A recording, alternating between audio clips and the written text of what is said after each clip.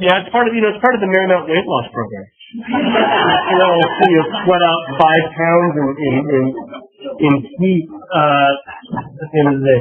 No, but I'll tell you what. Thank you for reminding me, and I will ask them again. Right? It doesn't seem. I mean, it's airless, but it's not quite as hot as it's been. It still is like there's just a serious lack of oxygen. Sucked it all out. So, well, that's not what I wanted. I thought I had one more there. Well, in any event, I lost the slide here, but that's okay. We had left off talking about the Colosseum, and we were talking about the end of the dynasty that was begun by Augustus and the beginning of a new dynasty under Vespasian, who immediately went back and gave something back to the Romans to signify his new dynasty, right? And that was this entertainment center that is the Colosseum that you know very well. The Colosseum is discussed a little bit more online in one of the 10-minute art fixes that talks about Roman architecture.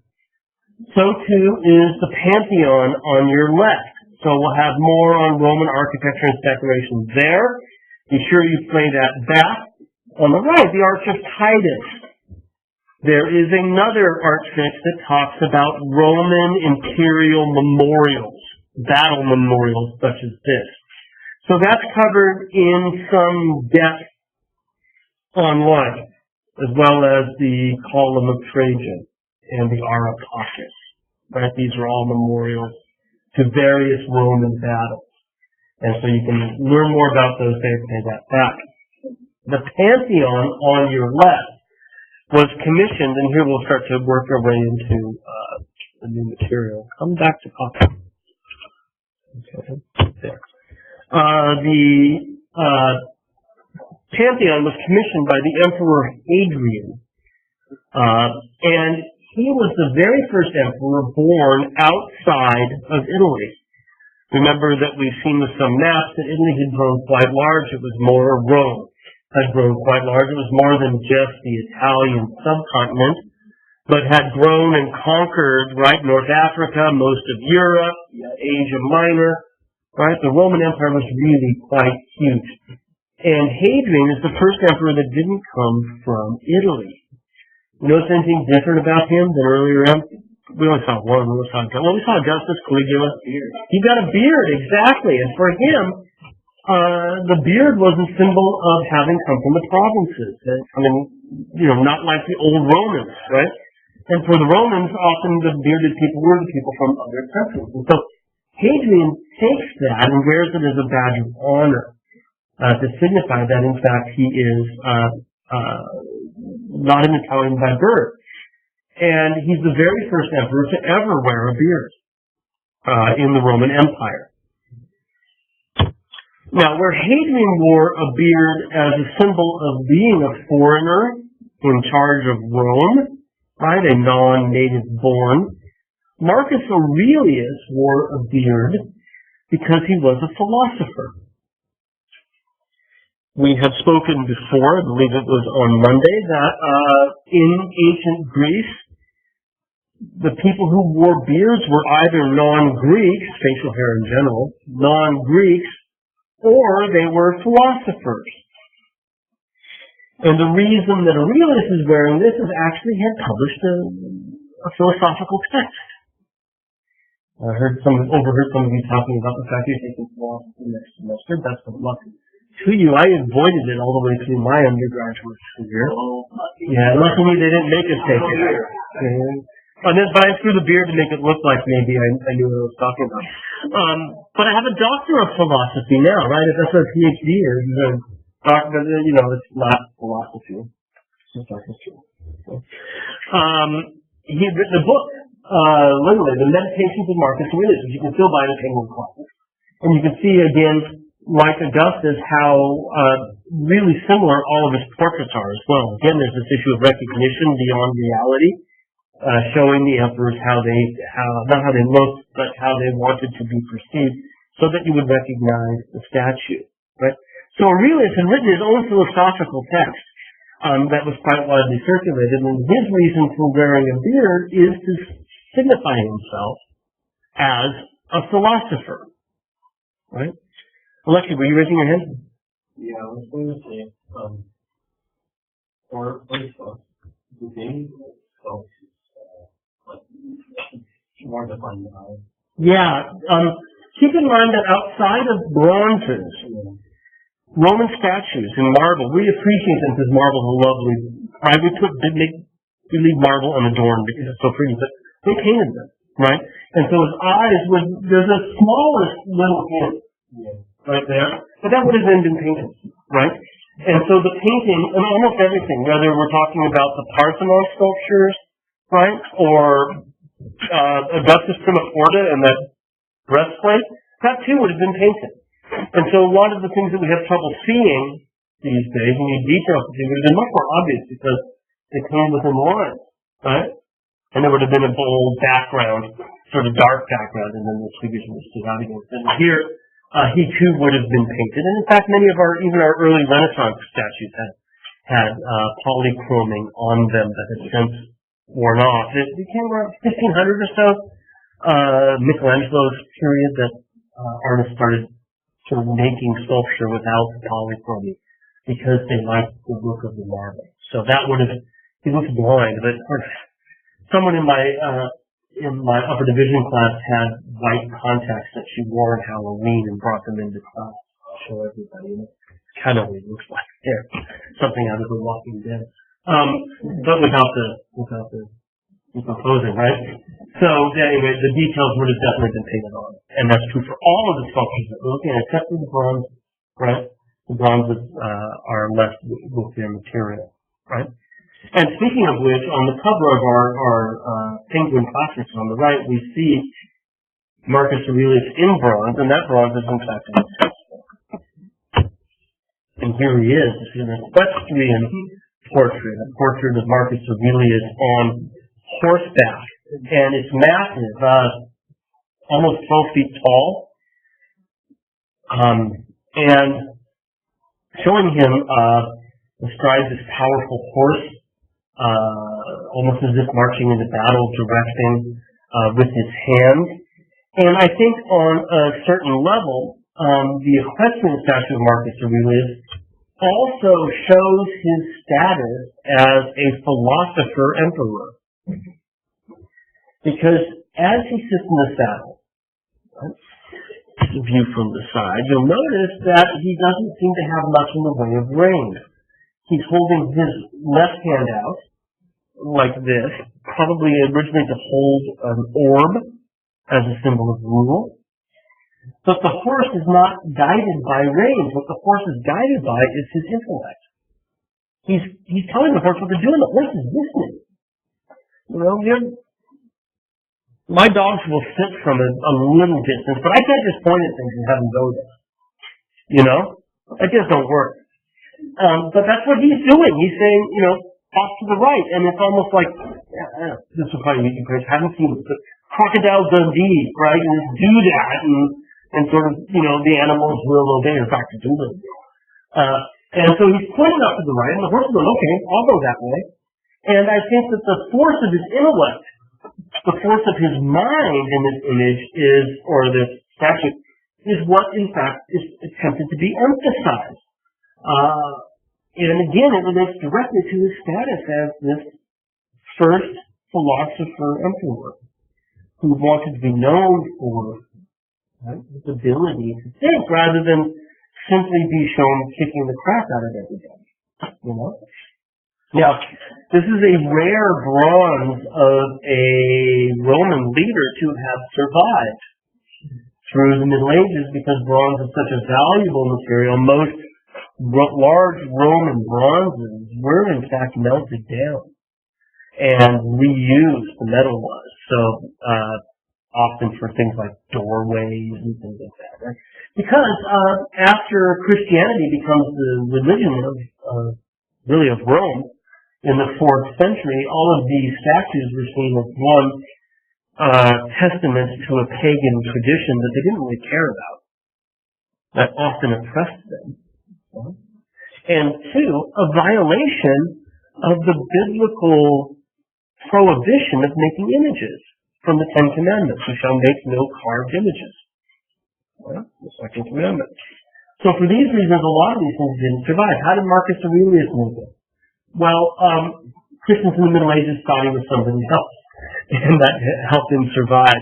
They actually thought he was Constantine, the emperor who made Christianity the state religion, and this allowed it to survive in public through all of the Middle Ages in a square on the Capitoline Hill. And it's only in the last generation, when I first started teaching art history, it was still outside, and now it's in the museum, right, where it's safer from smog and detritus and stupid tourists with selfie sticks, right? Or more or less safe. They can't carry them into the museum as well. So, again, I think in many ways with Marcus Aurelius, we're seeing a different idea about who the emperor really is. In this case, he wants people to think about him in a very different way, not as a monument to military defeat of an enemy, but as a man who has the intellect, right? That is the philosopher, and then thinking. Jacqueline. I'm just curious, do you know how they figured out that wasn't Constantine and that was Marcus Aurelius? Yeah, it looks just like all the other statues of Marcus Aurelius. Right? How did they make the mistake? That's the bigger question, because there were plenty of statues of Constantine when they can found. And he doesn't wear a beard. And I just think it might be willing negligence, if you will, right? Or willing stupidity. Like, such a great picture, or such a great statue that maybe it's one to leave alone. But I don't know the exact issue of that, but that's what it was accounted for as being a statue of Constantine through the Middle Ages, and that's why it survived. Typical for Rome is the vibrancy of this. Look at the realism of that forest. That's a really terrific forest. I defy you to anybody, artist in the audience, make a better one, right? And it has a certain vibrancy that they inherited from the Etruscans that really from a lot of Roman art. Up until about the 3rd century, a really strong sense of realism and a sense of close observation and again, activity that sort of sets it apart in many ways from the Greek art that they like so much. Yeah, the back. Going back to the idea of having a beard, depending on the real second thought. Like, we like having a beard as like a way to portray that he's like old and wild. Except he's not, I don't think he's particularly old otherwise. I don't think he looks that old. He just got a big old beard. And I don't know, he doesn't look old to me because I'm on the other side of it. Right? And he might look old to you because you're on the other side of it. So, we look at somebody who's in their 30s or early 40s, I think, yeah, that's not so old. But when I was 20, I thought, yeah, I'm going to hopefully have my life in order by the time I'm 40. And now I'm 15 years past that, I'm thinking like, some catching up to do, just like with the gradings, So I don't know if he's really trying to look old and wise at this point. I think that's something that happened primarily under Vespasian, because Vespasian was at this juncture where it was much more crucial, right? Because Augustus's line had lasted to Nero, Rome was a mess, and people really had begun in the late 1st century, on the time of Vespasian, had really begun to hate Augustus and his family. He was doing everything he could not to look like that, right? So in this case, it's less of a sort of a crucial juncture in Roman, I'll give you a second to rest your arm, right? In Roman legacy, in Roman succession, right? It's less of a crucial juncture. And so I don't think that he's really trying to push us back to the idea of the Republican, right? The Republican ideal. Did you think it was more important him to say that he wasn't Italy or say that he was Well, he is from Italy, so in his case, right, it was only Hadrian that wasn't. And so for him, it totally is all about it's simply being a philosopher, right? It was Hadrian who was trying to say something else, and in many ways what Hadrian did was open the door so it kind of became okay.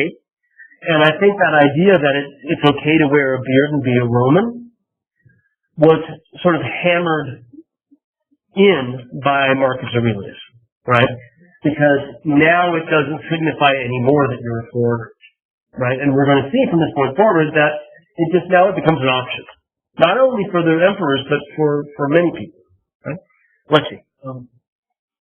Was he similar to a lot of the other emperors, like Augustus, where there wasn't a progression in the age of books? Was I think so, yeah. I've never seen, all the portraits of Aurelius that I've ever seen look exactly like this.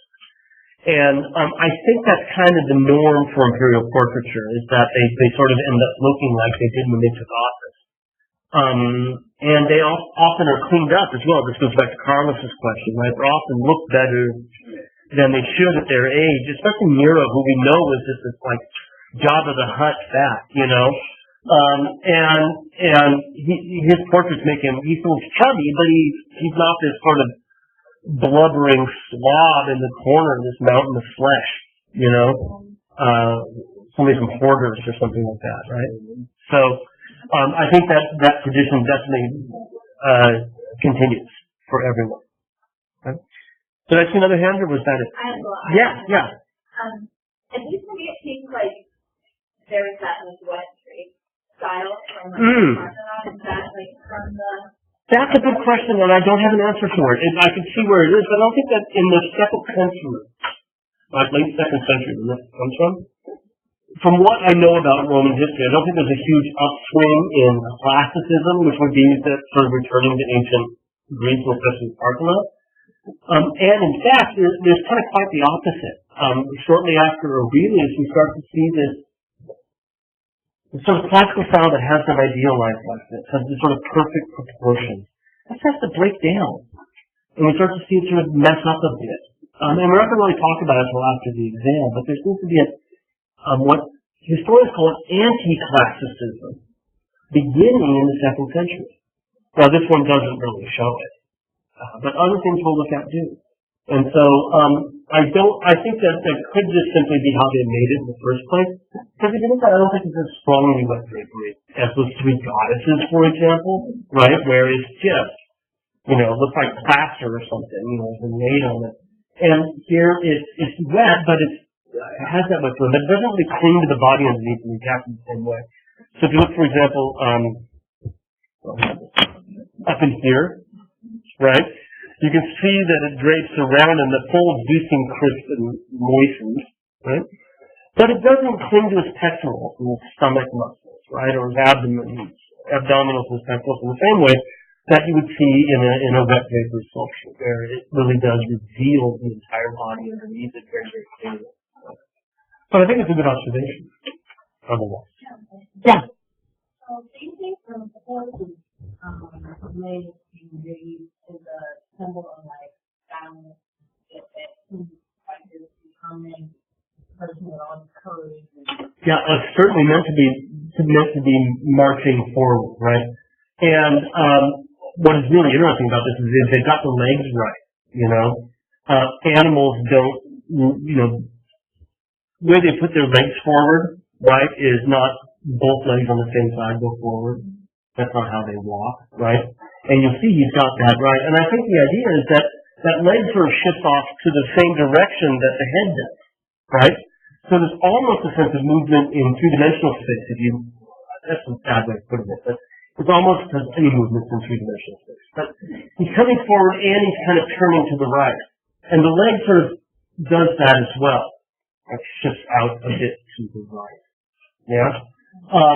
In the direction that his face turns, the direction his hand turns, the direction the horse's head turns.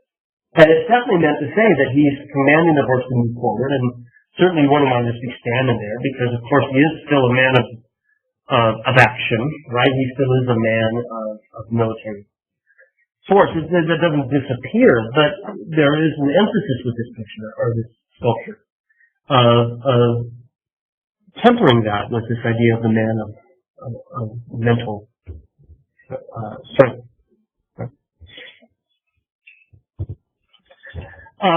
This is a portrait of a man from around the same period, up at the Walters, and we don't know who he is, probably an aristocrat, but you'll notice that what Marcus Aurelius has done, as I mentioned just a second ago, he makes it okay for Romans to wear beards, right? It becomes now an option. There's a sort of trickle-down effect. We hear about that in economics, but when you think about artistic style, once the emperor has worn a beard not because he's a foreigner, but because he chooses to, this now becomes something that other aristocrats can do as well. And anybody that's having a life-size portrait bust made is not somebody of modest income, right? This is someone of the aristocracy. And they are, in fact, emulating what is the style at the imperial level. And we find that a lot where our aristocrats are commissioning works of art that link them ideologically to the ruling class. And that's, I think, certainly the case here. I'd like you to notice, by the way, that this one, the eyes are really well carved, aren't they? And sort of fascinating. I don't know what to do with that other than to say that it's not always the same. Yeah. We also see later emperors wearing beards. Here's Caracalla, who always looks exactly like that. Going back to your question, they have a standard style. He's always got a furrowed brow and a curled lip, and he looks really badass, right? You don't mess with Caracalla, and that's his visual message. Even though he's wearing a beard like Aurelius, right? This goes back to the question I just had, which is about the, what is he trying to get across? And in this case, I think Caracalla is like this, fierce man of action, rather than a thoughtful, transcendental sort of thinker, right? In the 3rd century, in fact, after Marcus Aurelius, even in the 2nd century, many of our Roman emperors actually ruled Rome by military takeover, by a military coup, by killing the sitting emperor. And this was, in fact, the case with Caracalla. He murdered the sitting emperor in order to take the throne. And I do believe quite sincerely that his portraits are meant to show him as someone that you wouldn't want to take on, right? Or choose your gun-slinging,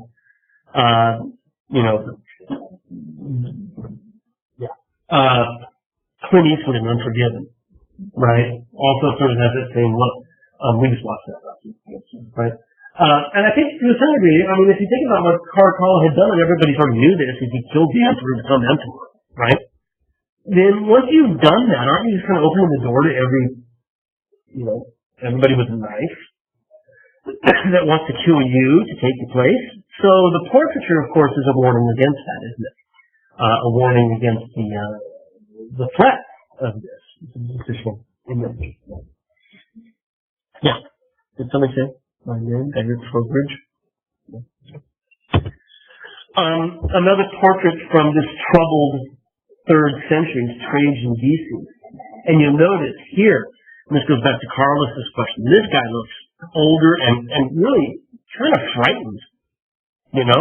He's concerned. His brow is furrowed in a very, very different way. Almost as if being emperor, well, you've seen what happens, right? You've seen with presidents, how young they look when they take office and how old they look when they leave, right? The trouble of governance seems to have weighed strongly on Trajan Decius. He looks as if this has not been a very easy job. And in fact, one might argue that maybe this is an emperor who's quite aware of what is the problem of being emperor, which is the fact that you've got to always watch your back. You've got to always worry about who's coming up behind you. And he seems, in fact, a man of deep concern. Now, Trajan Decius, in addition to reflecting the political climate of Rome in the 3rd century, the difficulty of being emperor, also is an important historical figure. He issued an edict that forced all Romans to make sacrifices to the traditional gods, what they called their ancestral gods. And this was probably in answer to the rise of Christianity as one of many different religions in the Roman Empire, one of many different cults, we could call it early. And Rome was open to pantheism. There were numerous different cults in Rome. And at first, Christianity probably seemed like just another crazy offshoot they could just ignore. But by the 3rd century, had grown to the extent where it was threatening the power of the emperor. because the emperor's power is based on his association with the traditional Roman gods. That's part of where he derives his power. And there's a couple places online we talk about this, but you think back to Augustus having the Cupid next to his leg, or even the decorations that are on his breastplate, all associated quite closely with the gods. And so what Trajan Decius is doing is saying that basically all Romans have to adhere to that tradition. They have to make sacrifices. I'm talking about animal sacrifices on an altar, right, to the traditional gods. And for any Christian, this means going back on your faith. Right? This is a difficult issue for any Christian. Okay? And the Christians who in fact refused to make this sacrifice were indeed put to death under Trajan Decius. So we can see this edict that he proclaims in the middle of the 3rd century as being one of the principal things that begins to inflame the difficulties between the Roman state, which believes there's a link between their leader, their emperor, and the gods, and the Christians who believe in a totally different God that has nothing to do with it. Right? And this really becomes a major problem as we move around the year 300. Right? So this sets the stage for the Emperor Diocletian. Right? Diocletian is one of the 4 tetrarchs. We'll talk about that in just a second, what this experiment is. But Diocletian was one of the very worst persecutors of the Christians. And he's in office from around 380 or 285 to 305, so around 30 years there, or 20 years at the end of the 3rd century. And I think, like Trajan Decius, Diocletian is also worried about his hold on power and his ability to govern an empire this big. The orange, even though we don't get to see all of Spain, the orange gives you an idea of what we're talking about, trying to govern from Rome, which is here, all of this territory. How do you manage that? Without deputies and so forth. And of course, that's why you had to use those deputies. So, because he's worried about losing his life, and because he's concerned with properly governing the empire, he establishes a new way of governing. And that was to form what's called a tetrarchy. Tetra means 4, right? So a tetrarchy is a rule by 4. And he establishes this his 2nd year on the imperial throne in 286 AD. And the basic idea behind the tetrarchy was this. 4 emperors governing together. Sharing the rule. And this solves both of his problems at once. One, station them around the empire. Governing together, they can then better control a territory this large. Problem number 1 solved by the tetrarch. Problem number 2, if you want to kill to become emperor, you got to now kill 4 people at once. Right? That sounds like something out of a movie, doesn't it?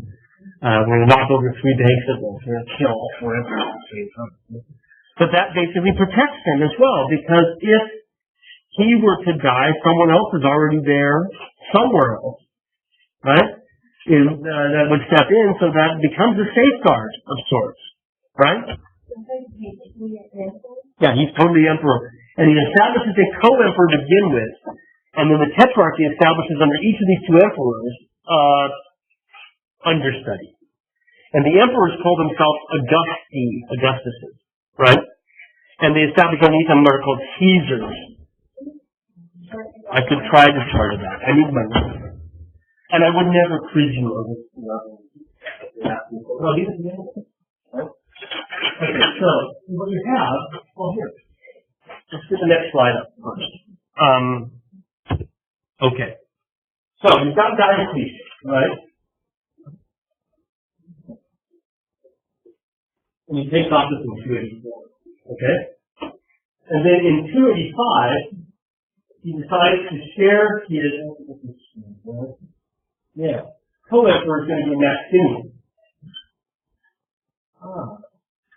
There's some airplane up behind Maximian, which is 285, they decided to become co-emperor. Okay? Basically, we don't have the territory, but he's remaining the idea that he's co-emperor. Okay? So he's going to be using, basically, Maximian. Now, under each one of them is a season, right? These are what we call the Augustes. Named after Augustus, right? So Augustus is plural. Augustus is in Latin. Okay?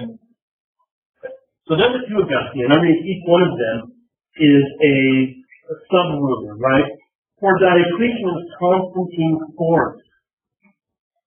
Not to be confused with the one we're talking about second, right? Constantine IV, who was his son-in-law. Okay? Under Maximian, it was Galerius, who was his uncle. Okay?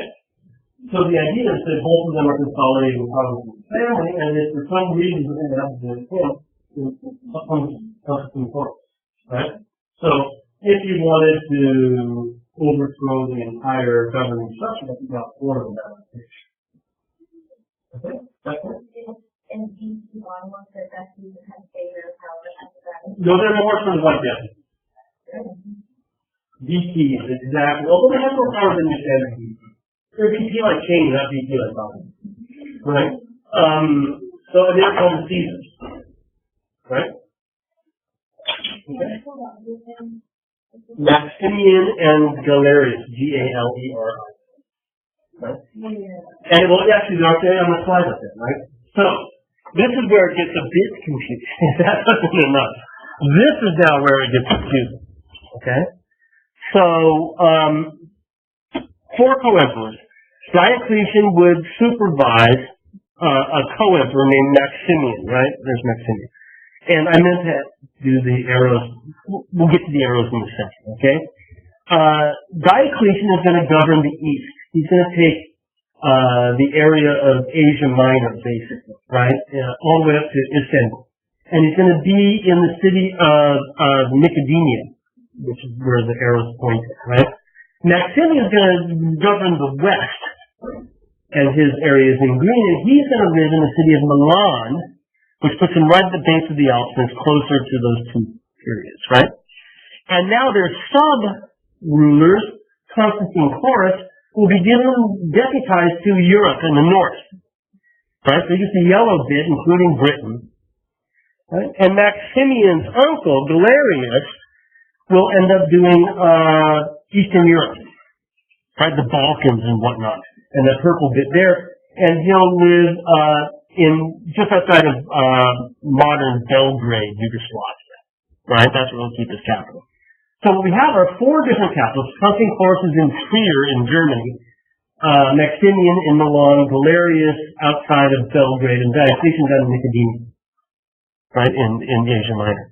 And so this is how it's set up in 286, right, is you're going to have these four co-emperors, the tetrarchy. And so the statue that you see on your left, which is carved in red stone called porphyry, and is today in Venice, I don't know how it got there, but shows the tetrarchs. And as you'll notice from looking, it's hard to tell who is who. They all kind of look the same. Some of them have beards, some of them do not, but you'll notice that this set of two pairs, each of them looks the same and has the same pose, and they're hugging. So it's this idea of rule by cooperation, right? And so the pose is repeated in each of the pairs. In fact, all four of them have the same hand on the sword in the same position, right? And two of them look one direction, two of them look the other direction, which is exactly sort of how it was all set up, right? I'll get in a second, right? Let me just finish this up. You'll also notice that while Diocletian is in the east, his deputy is in the west. And while Maximian is in the west, his deputy is in the east. That mixes it up, right? So that means that I think they were planning ahead, because if Diocletian and Constantine Chorus are both over here, and Maximian and Galerius are both over west, you might get a sort of breaking up, right? So by splitting up the successors in the different regions would then be a safeguard against the total fragmentation of the Roman Empire. That make sense? Now, now the short version, right? Diocletian forms a tetrarchy because he can't manage this huge empire and he doesn't want somebody stabbing him in the back, right? And the problem with it becomes that once you split rule, right, once you split up a kingdom, you're going to get civil war. It's just going to happen. Because in ideal terms, it works great, but that's not the people aren't ideal, right? We're all a bunch of greedy bastards, and it's gonna become a mess, and it does, right? So this is an experiment that he tried, and it's successful for about 15 or 20 years, which is pretty good if you think about it, right? How long have you been alive, right? 20-ish years. Well, that's about how long it lasts, all the way to 305. Hit. Jonathan. Well, I was just saying, what did you say was rare? The carved red. Oh, porphyry. It's a beautiful stone. I saw my first porphyry stuff when I was in Italy, live. It's just this gorgeous, deep red. It's not like marble because it's not translucent like marble. And this would be something else they wouldn't paint, right?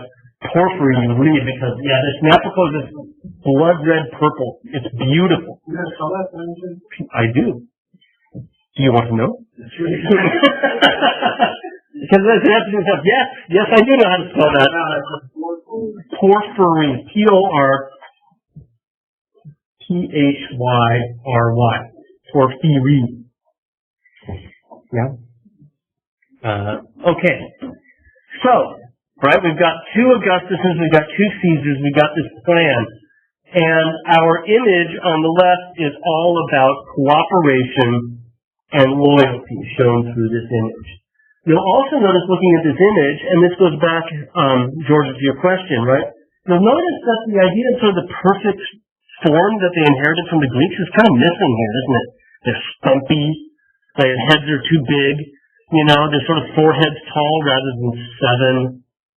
We don't have any more of that great contrapposto pose, right? There's everything about it that it's kind of clumsy looking almost in a way. And that has nothing to do with the material it's carved from. It's the direction, the faces especially, yeah, they're kind of buggy-eyed, aren't they? Especially, look at the eyes of the guy on the far left. They're crooked, aren't they? And a lot of people have looked at works of art in Rome from around the year 300 and said, hey, things are going in a new direction here, right? And we'll have a chance to talk more about that after the exam. They do indeed. Well, the imperial eagle, right? The sign of the Roman Empire was an eagle. And I've not seen that before, but you're right, that's the imperial eagle. No, well, that's probably where they adopted it from, to be honest. It's probably where they adopted it from. Right? Well, what happened is that in 305, right, after 20 years of this experiment, Diocletian and Maximian both decide to step down. They abdicate, right? Usually you're emperor for life and you stay there till you die. But Diocletian decides that he wants to, spend his golden years, not ruling the empire. And at the same time he decides that, Maximian decides that he also wants to step down. And so they do. And they pass their rule to their deputies, to Galerius and Constantine, and it becomes a civil war. This is inherited by Diocletian's grandson, Constantine the Great, and Maximian's son, Maxentius, who seemed to have been passed over when they first started the Tetrarchy. Does that make sense? So in 305, we've got a mess. We've got the two major Augusti have stepped down. And the Caesars have stepped up. But the question is who's in charge here, right? And that becomes the basis for a civil war that is not resolved for a very long time, right? All the way to the sweet 20s, almost a 20-year civil war, right? And there are various battles along the way. Okay? So, Maggie, is that clear enough? More or less? Yes? Smile means yes. Clear enough, right? Okay, this brings us to Constantine, who we see on the right. And you'll notice again with those massive eyes and the strange proportions of the face, that we again have this sort of anti-classical style that's moving away from the models provided by ancient Greece. Constantine eventually defeated Maxentius in a battle just outside of Rome at the Milvian Bridge in 312 AD. And this is the beginning of the end of the Civil War. Although Maxentius has a deputy that Constantine has to then go fight after that. But at the Battle of the Milvian Bridge, Constantine is able to defeat Maxentius and wrestle the power of the Roman Empire, for the most part, back into a single person, him. Right? Have you heard the story of the Battle of the Milvian Bridge? Robert's nodding, George is nodding, right? This is one of the major turning points in European history. This is very few events as important historically as the Battle of the Milvian Bridge. Robert, what do you know? Where he had a dream, we saw Christ appeared to him and he saw the Cairo, or Cairo, and Right. if you put this on your shield, you will conquer whatever. And he won the battle over overwhelming odds, and he was outnumbered. Right. So the dream basically says, and we're not sure about the Cairo iota thing yet, right? But basically the legend is that the night before the battle, facing overwhelming odds against Maxentius, because he's on Maxentius' home turf, Constantine has a dream, and he doesn't know what it means, but somebody says, if you put my symbol on your shield, if you march under my sign, you cannot be defeated in battle. Right? And Constantine goes to some advisors, from a Christian, and tell him what's going on. Right? Oh, that was Christ, he said. The advisor said. And what he wants you to do is to put his sign on your banners and on your shields. Right? And if you do that, then the Christian God will be on your side.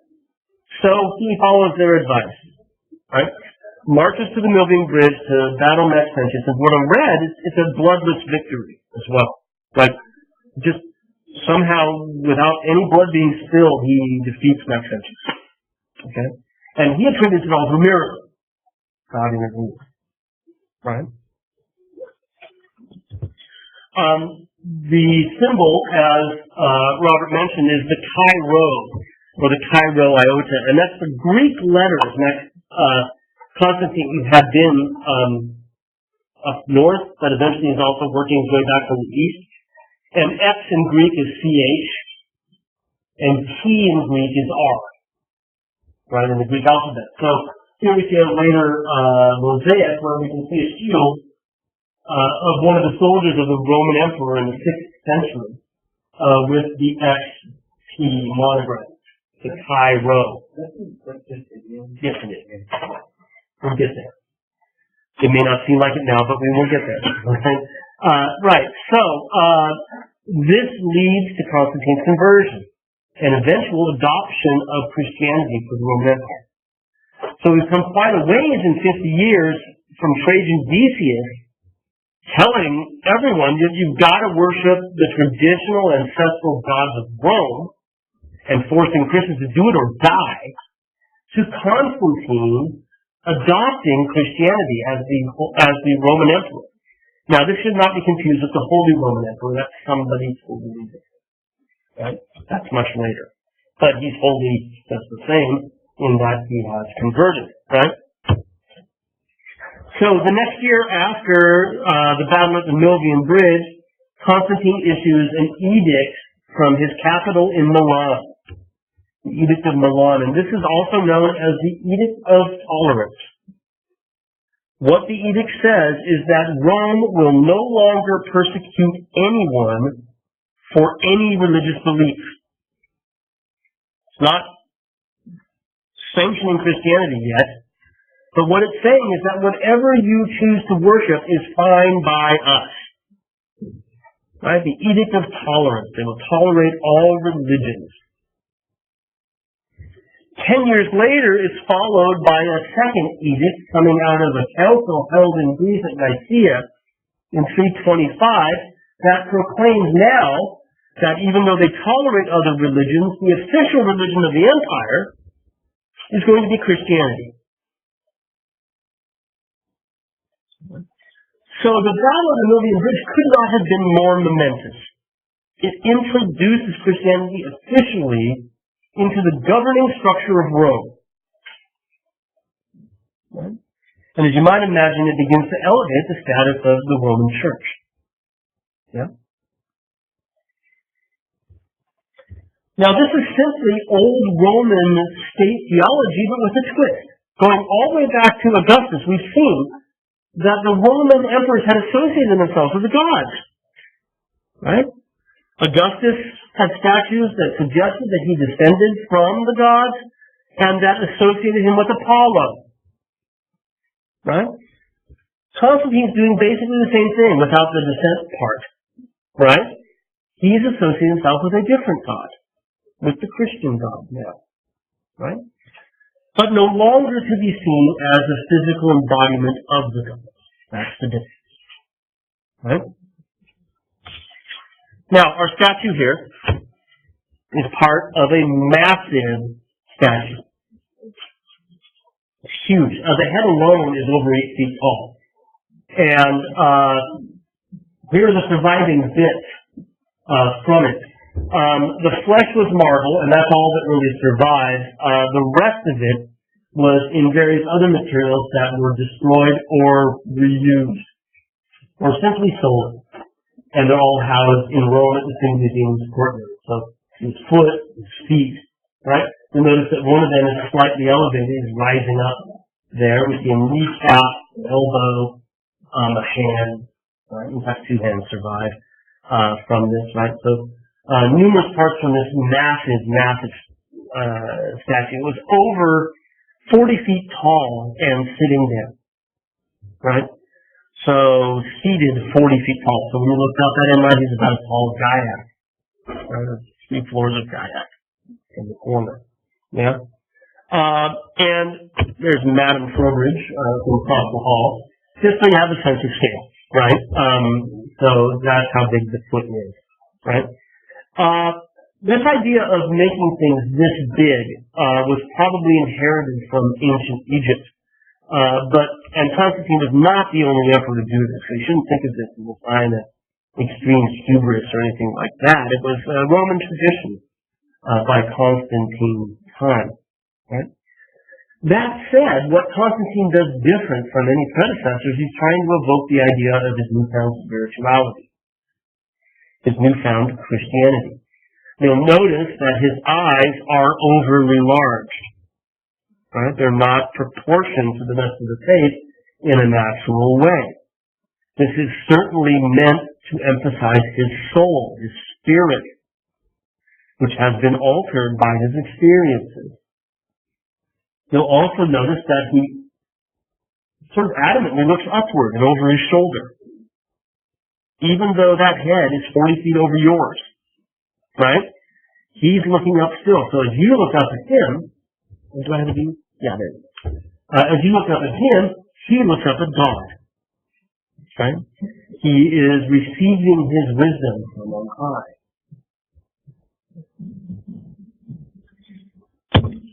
His hand survives, and you can see there's a dowel area within it. It probably held a staff, and on top of the staff, we're pretty sure was also this Chi-Rho that we talked about, the symbol of Christ's initials, showing him now governing in the name of Christ. There was an inscription, on the base of the statue that spoke in Constantine's voice. And it said, the inscription said, through this sign of salvation, which is the true symbol of goodness, I have rescued you, your city, and I have freed you from your enemies. Right? So the statue, the Colossus, was erected to commemorate in many ways this amazing conversion at the Battle of the Milvian Bridge, and meant to be testament to that. Now, where was this thing seen? Where was this massive statue of Constantine originally placed? in an equally massive building. There was, in the Forum at Rome, a basilica that had been begun by Maxentius, his enemy, and finished by Constantine. And the statue was placed in what's called an apse, this semicircular extension here, inside the basilica. Now, who can remember what a basilica is used for? It's like the church or. No, what did the Romans use a basilica? Well, worshiping was done in temple. It was well, yes and no. It was a legal, right? It was the word basilica simply means elongated hall, which is what it is. And you entered it from the side of this cutaway. So you come in this way, from here, right? And you can see there's to give you a sense of scale, and it exists in ruins still on the Forum. It's massive. In fact, I think my next slide is a picture, right? Right, it's just huge, right? Yeah, and he sat sort of over here on the side of this is the side tile that we're looking at here in the center here, which was taller still, right? And there, it sat in that recess at the far end of it. Now, according to Roman custom, going back through the entire history of the empire, any official state proceedings had to take place in the presence of the emperor. The emperor had to be there for law to be enacted. So as you might imagine, this became increasingly impossible, right? And you can't be on a jet all the time. You don't have a jet, right? Imagine how long it would take, and what could you do anything else other than go from town to town, right? And so the workaround for this was that the statue of the emperor counted as his presence. He didn't have to physically be there. He was there through the statue. Okay? Now, Constantine, even though he fought just outside of Rome at the Milvian Bridge, I think only went to Rome like once or twice his entire life. This was his presence. This was his surrogate in Rome, and placed in the apse of this massive basilica where legal proceedings take place, and his presence is mandated. Right? This is him. And you'll notice what the statue does is it looks toward the heavens, as he mediates, if you will. Now, this idea that the statue is the presence of the emperor, we're going to find, as we look at the Middle Ages, becomes a kind of an important root of other ideas. And it brings up a question that really we brought up at the very beginning of this class, which is, how do people look at images? What's there? Is it just a depiction of something, or does it have something more?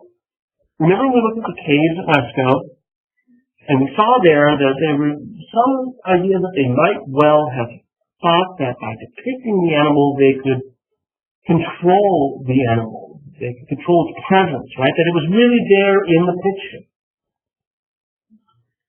For the Romans, this is the case with the statues of the emperor. They're planting the seed of this idea that the emperor is truly there, just because his statue is there. And we're going to find that this idea continues for hundreds of years, maybe thousands of years beyond this. I think this is my last slide. It's really violent here. Do you want to do a thing with a compare and contrast, or do you think you know what you're doing and want to just get out of here and wipe the sweat off your body? Anybody that wants to stay, I will stay for 15 minutes. If you want to go, you can, and I can answer questions and whatnot. You don't have to stay in here till 9 o'clock tonight. So, yeah. Okay, so Monday, right? The exam's on Monday. Be here on time. Don't wait until the last minute to get here, because if you're late, you'll miss something, right? Again, a write-on exam, so bring implements, and as you're studying this weekend, make sure you use the 10-minute heart break, all the materials that are available online, and email me questions if you got it. And I will grade those that do come in, including the ones that are already here. I think that, Yeah, it's fine. I'm gonna be working on paperwork with it, so I'll sit around. I'll be quick. Okay. And I'm taking my class at 3:15 to museum downtown. Okay, it's 2 o'clock for this day? 2 o'clock is still great. Send me an email to remind me. Yeah, I'll send you